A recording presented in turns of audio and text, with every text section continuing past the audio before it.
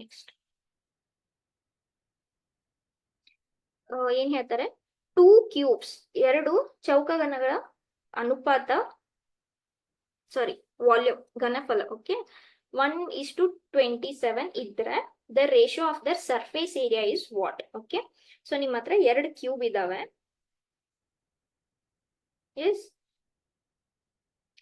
ಸಾರಿ 2 cube ಇದಾವೆ. ಏನು ವಾಲ್ಯೂಮ್ದು ratio ಕೊಟ್ಟಿದ್ದಾರೆ, ಸರಿನಾ? ಸೊ ಈಗ ಇದು ಸಪೋಸ್ ಎಜ್ ಎ ಅನ್ಕೊಂಡ್ರೆ, ಇದನ್ನ ಸಪೋಸ್ A1 ಅನ್ಕೊಂತೀನಿ, ಇದು ಎಜ್ A2 ಅನ್ಕೊಂಡ್ರೆ ವಾಲ್ಯೂಮ್ ರೇಷಿಯೋ ಕೊಡ್ತಾ ಇದ್ದಾರೆ. ಕ್ಯೂಬ್ ವಾಲ್ಯೂಮ್ ಏನು? A ಕ್ಯೂಬ್, ಸರಿನಾ? ಸೊ ಇಲ್ಲಿ A1 ಕ್ಯೂಬ್ ಆಯ್ತು, ಇಲ್ಲಿ ಏನಾಯ್ತು? Volume A. This is volume. Okay, so volume ಇದ್ರದ್ದು ರೇಷಿಯೋ ಕೊಡ್ತಾ ಇದ್ದಾರೆ, ಸರಿನಾ? therefore first given, first let edge of the first cube is A1, okay, first cube, and edge of the second cube is A2, sarina? Next given is, and we know volume. What is volume? A cube. In general it is A cube.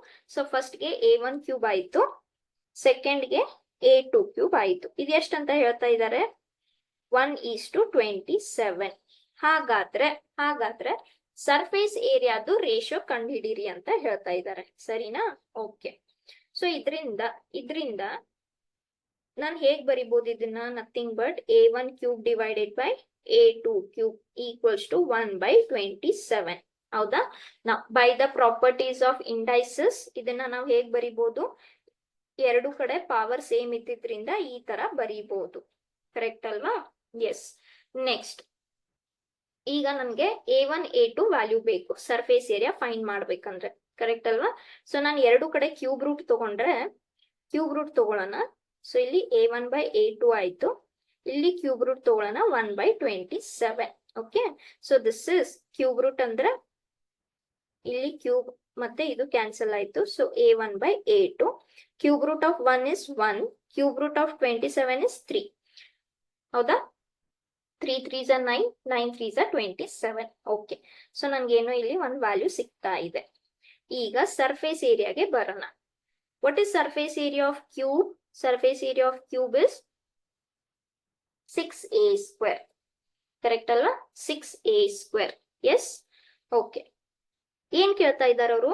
Surface ಏರಿಯಾದ ratio ಕೇಳ್ತಾ ಇದ್ದಾರೆ. ಯಾವ್ದ್ರದ್ದು? First cube ಮತ್ತೆ second ಕ್ಯೂಬ್ಗೆ. therefore surface area of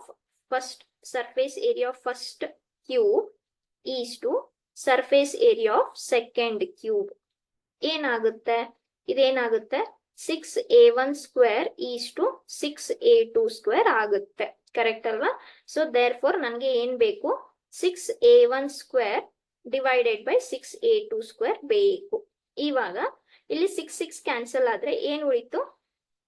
A1² ಉಳಿತು divided by A2² ಉಳಿತು, ಕರೆಕ್ಟಾ?